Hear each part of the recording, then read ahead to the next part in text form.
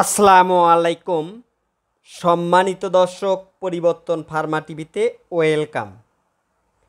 অন্যান্য সময়ের মতো এখন আরও একটি ভিডিও নিয়ে হাজির হয়েছি। তো বন্ধুরা, এই ভিডিওতে কোন মেডিসিন সম্পর্কে বলছি, এই মেডিসিন সম্পর্কে জানতে হলে পুরো ভিডিও দেখতে থাকুন এবং মেডিসিনটি সম্পর্কে জানুন।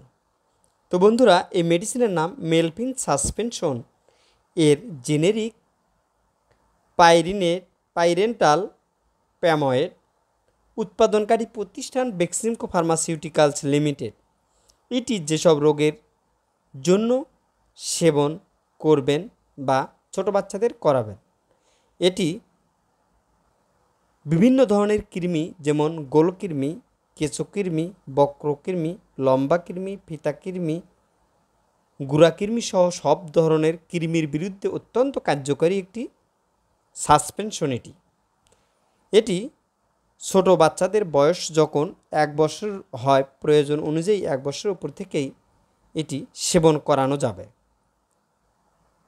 প্রাপ্ত বয়স্করাও এটি সেবন করতে পারবেন।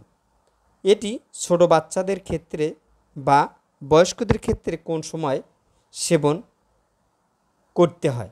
এটি ছোট বাচ্চাদের ক্ষেত্রে 1 বছরের উপরে বয়স হতে হবে এবং যদি তার খাওয়া রুচি কমে যায়, পেট বড় হয়ে যায়, পায়খানা রাস্তায় নিজে নিজে চুলকায় বা কিছু কাশির উদ্রেক হয়। বড়দের ক্ষেত্রেও সেম একই নিয়ম বা একই সিমটমস বা লক্ষণ দেখা দিলে এই সাসপেনশনটি সেবন করানো যায়। এই সাসপেনশনটি সেবন করার পূর্বে অবশ্যই ভালোভাবে ঝাঁকে নিতে হবে যাতে এর তলানি না পড়ে, কারণ প্রত্যেকটা সাসপেনশনের তলানি পরে ঝাঁকিয়ে না নিলে। সেদিক দৃষ্টি রেখে অবশ্যই ভালোভাবে সাসপেনশনটি ঝাঁকিয়ে নিতে হবে। এই সাসপেনশনটি অবশ্যই গর্ভবতী বা প্রেগনেন্সি মহিলাদের ক্ষেত্রে সেবন সম্পূর্ণরূপে নিষেধ। মাতৃত্বকালীন বা দুগ্ধদানকালীন সময়ে মহিলাদের এটি সেবন করাও নিষেধ। এটি সাধারণত 2 বা 2 চামচ ঔষধ একটি সাসপেনশন থাকে। প্রথম ডোজ খাওয়ার পর পরবর্তী ডোজ পরের সপ্তাহে ওই দিন, অর্থাৎ 7 দিন পর পর এই ডোজটি সেবন করতে হয়। এই ওষুধটি সেবনের পর প্রতি মাস সেবন করা উচিত নয় বা প্রতি সপ্তাহেই সেবন করা উচিত নয়। পরপর 2 সপ্তাহ সেবন করলেই যথেষ্ট।